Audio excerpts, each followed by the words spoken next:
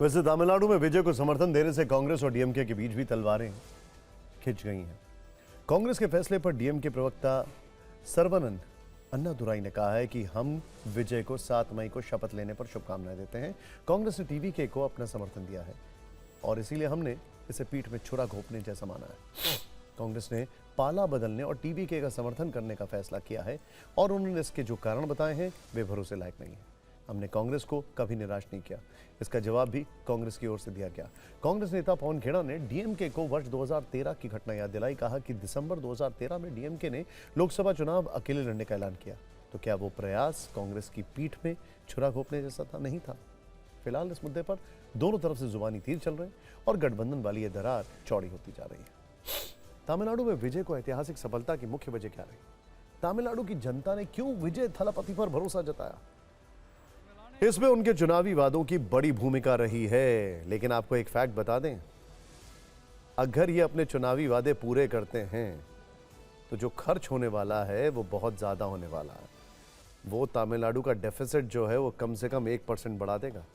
एक रिपोर्ट के अनुसार अगर टीवीके अपने सभी वादों को पूरा करती है तो राज्य के खजाने पर लगभग 1 लाख करोड़ का वार्षिक बोझ पड़ेगा। ये राशि वर्तमान एमके स्टालिन सरकार की कल्याणकारी योजनाओं पर खर्च किए जा रहे 65,000 करोड़ रुपए से 52% अधिक है।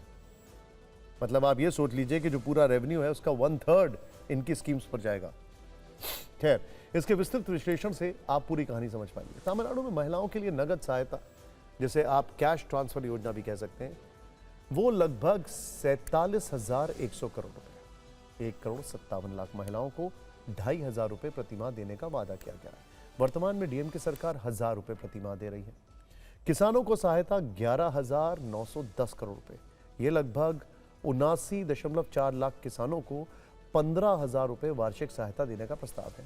मुफ्त एलपीजी सिलेंडर की बात करें तो राज्य के 1.85 करोड़ परिवारों को साल में 6 मुफ्त सिलेंडर देने का वादा किया गया है। इससे 9,990 करोड़ रुपए का खर्च का अनुमान है। इसके अलावा कृषि मजदूर और शिक्षा अनुदान का वादा किया टीवीके ने किया। खेत में काम करने वाले मजदूरों के लिए 10,000 वार्षिक और स्कूली बच्चों के अभिभावकों के लिए 15,000 वार्षिक अनुदान की घोषणा की गई है। इसका खर्च करीब 18,038 करोड़ रुपए आ सकता है। युवा और बेरोजगारी भत्ता का भी ऐलान किया गया है, जिसका खर्च लगभग 10,200 करोड़ रुपए आ सकता है। बेरोजगार स्नातकों को 4,000 मासिक और इंटर्नशिप करने वालों के लिए स्टाइपेंड की योजना है।